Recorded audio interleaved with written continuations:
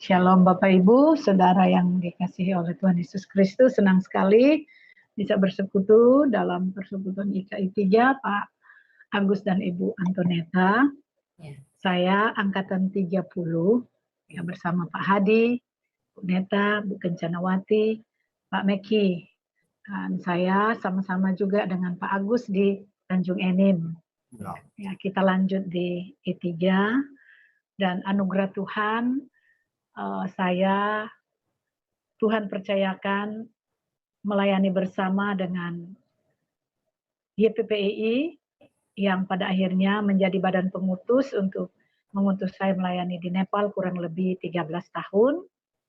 Dan sesudah itu kembali ke Indonesia, masih melakukan pelayanan juga ya ke Australia, menyelesaikan S2, dan dalam tuntunan Tuhan awal tahun 2000, kurang lebih 24 tahun melayani Tuhan bersama YPPII, Tuhan membawa saya ke Bitung. Pergumulan memang saya menggumuli karena saya dimutasi untuk mengajar di Tanjung Enim, tetapi sebagai pelayan-pelayan utusan Injil kita selalu pegang janji Tuhan.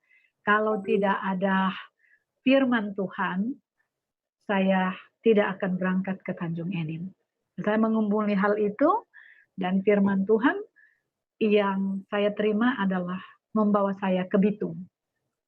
Sehingga saya melayani Tuhan di Bitung bukan dengan YPPII, tetapi Tuhan bawa saya untuk memulai pelayanan misi menjangkau anak-anak di pesisir pantai.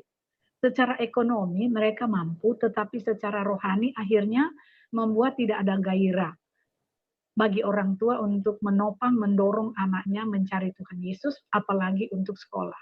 Jadi mereka kelas 6 udah nggak peduli lagi sekolah, orang tua tidak mendorong, sehingga mereka menjadi kriminal-kriminal sejak usia 10-11 tahun.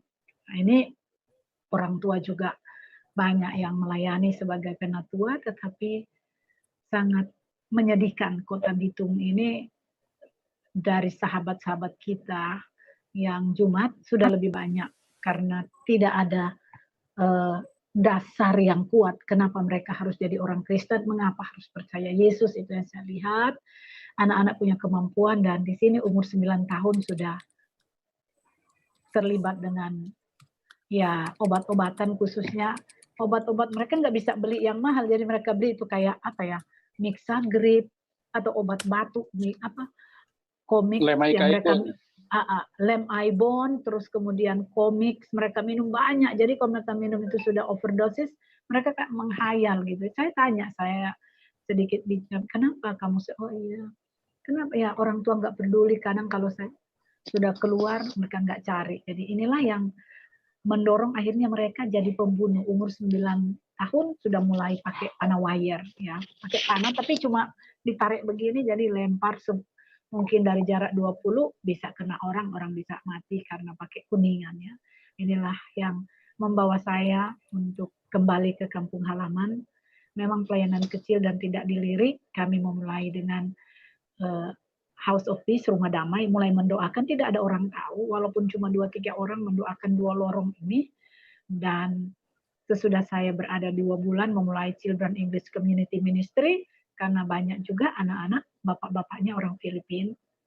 Tapi ya, saya melihat banyak potensi menjangkau mereka dalam pelayanan untuk mengenal Kristus secara konteks, melihat mereka orang Kristen, tetapi tidak mengenal Kristus. Kenapa? Adanya memberikan self-esteem. Banyak orang-orang mampu di sini menyekolahkan anak-anak ke Singapura, ada sekolah-sekolah TK yang berbasis Inggris yang mereka fokus atau beraliansi dengan Singapura, tapi banyak juga orang-orang yang nggak mampu.